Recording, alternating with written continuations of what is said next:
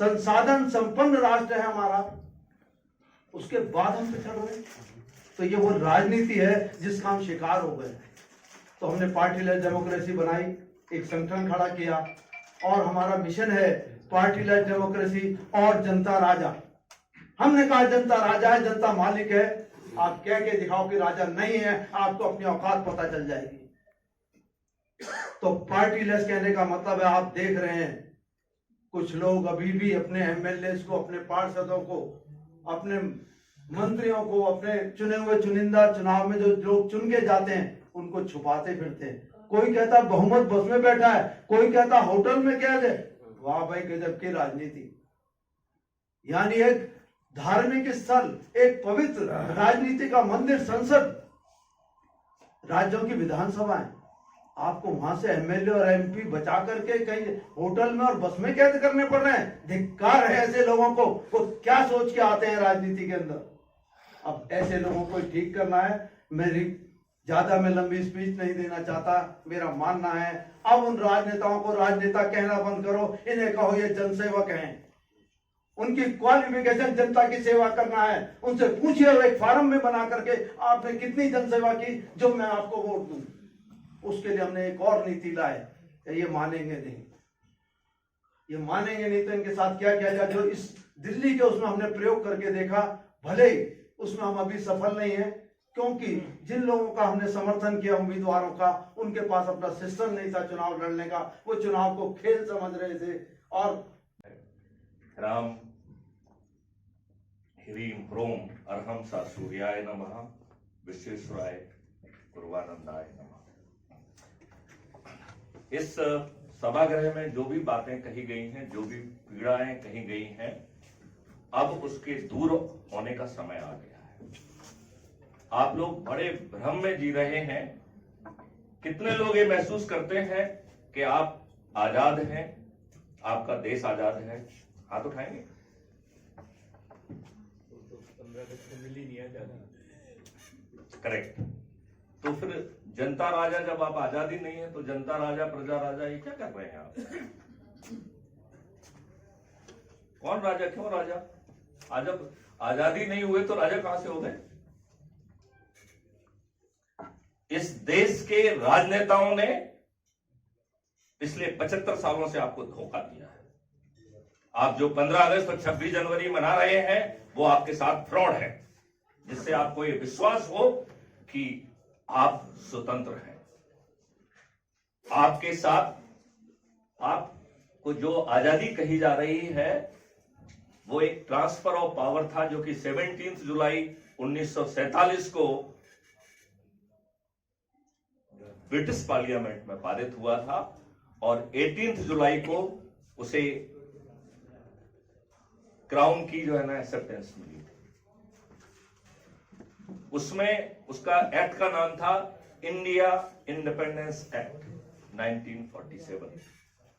It was a fraud act, जिसमें title में independence को छोड़ के कहीं भी बीच में इंडिपेंडेंस नहीं है। आपका संविधान आपके साथ फ्रॉड है। संविधान में आपको कहीं नेशन नहीं कहा गया है। You are always address as a state, not as a nation. संविधान का कोई भी आर्टिकल आपको जो है नेशन का पावर नहीं दे रहा है। और आपको मालूम है क्या, जो आपका संविधान है 80% is coming from government of India act 1935।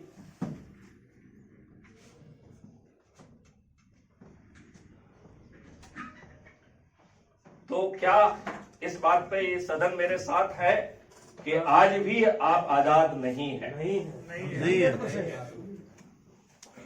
वो आजादी अभी अधूरी है, अटल जी कह रहे हैं। बड़ी बड़ी होती है, धरातल पे कुछ नहीं होता है। तो मेरे प्यारे साथियों, बड़े बुजुर्गों, एक बहुत धैर्य का कार्य है, बहुत लंबा कार्य है, महान कार्य है। हम सब पे गंभीर संकट काल चल रहा है और इस तरह अधीर होकर ना भाग्य एक दशा लेवे, सोच विचार है और जिसमें जो भी समर्पित हो वो अपना बतावे। सबका फोन नंबर आ गया है फिर सोच विचार कर लेना, कोई तुरंत में कोई राय नहीं चाहता, ना कोई किसी सलाह मशवरा, खूब सोचना विचारना सुबह शाम। लेकिन हाँ का मतलब हाँ होना चाहिए, ना का मतलब ना होना चाहिए। नाटक नोटंकी बिल्कुल नहीं होनी चाहिए। नाटक नोटंकी तो अपने घर में बैठो, कोई दिक्कत नहीं है। हम अपने समय धन ऊर्जा को नाटक नोटंकी के लिए नहीं बर्बाद कर रहे हैं। हम सच्चे देशभक्त हैं और देशभक्ति का आलस जगाएंगे, बदलाव चाहते हैं और अपने देश को पूर्णतः सुरक्षित चाहते हैं, अपने देश को पूर्णतः विश्व का मार्गदर्शन के रूप में देखना चाहते हैं। लेकिन जब देश के नेता खुद भटके हुए हैं, किसी के पास दशा नहीं है, ना ही कोई बात करता है देश की, ना एकता की, ना अखंडता की, ना और कुछ, मेरी राजनीति कैसे चमकेगी, मेरी राजनीति कैसे चमकेगी, मेरी राजनीति कैसे चमकेगी, इसके अलावा कुछ नहीं है। बहुत एक से एक चैंपियन बैठे रहे, उनके एक से एक उनका दिमाग घुमाने बैठे रहे, 400-500 लोगों की टीम रहे। पैसा कहां से आएगा, वहां से कैसा, वहां से निकालो, वहां से निकालो। टकाई धर्म टकाई क्रम टके से शुरू, टके में खत्म, टके के चक्कर में 2 टके के हुए नेता, और इस टके के चक्कर में जो धर्म प्रधान देश था, जो पुण्य प्रधान देश था, जो कर्म प्रधान देश था, जो एक भाईचारा था, उसमें सब कुछ खत्म करके सब कुछ पगलाया हुआ है। ना कोई भाईचारा रह रहा, ना कोई सहानुभूति रह रही, ना और कुछ नहीं रह रहा। तो ये बहुत गंभीर विषय है। यहाँ तक आए हैं, आप इस विचार को ऐसे ही निकल रहे हो, ऐसे ही 5 मिनट का समय दे, तो बस ऐसे ही हल्के में लिया। कोई किसी का भाव आया, विचार आया, वहां पर सुप्रीम कोर्ट में जाकर बोल बुक कर लिया, कार्यक्रम रख दिया, कुछ नहीं। ये यात्रा है, लंबी यात्रा है, और धैर्य के साथ, समर्पण के साथ, त्याग के साथ आगे बढ़ना होगा। अगर किसी में हिम्मत हो तो आगे आओ।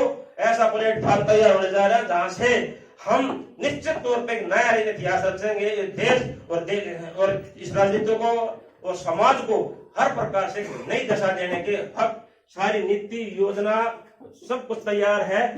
इतना लंबा जैसे डीआईजी साहब बोल रहे थे, इतने योजना को बताने की नहीं, लेकिन सब कुछ तैयार है। हम जवाब घोषणा पे डीजीपी को डीआईजी ना करते हैं, बाकी सब ठीक है। चलो ठीक है।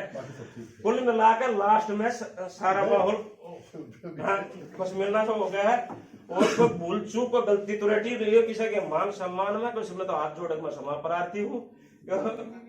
आने हमारा ध्येय यही रहता है कि हर किसी का मान सम्मान किया जाए, और किसी राजनीतिक पार्टी का नाम नहीं लेना, किसी को ये ना छापा हमने और ये रखा गद्दार नेताओं को ललकारा। जिसका मतलब यही है कि हमारे जो अंदर का जोश है, जो हमारी देशभक्ति है, जो जुनून है, वो अंतिम चरण पर है।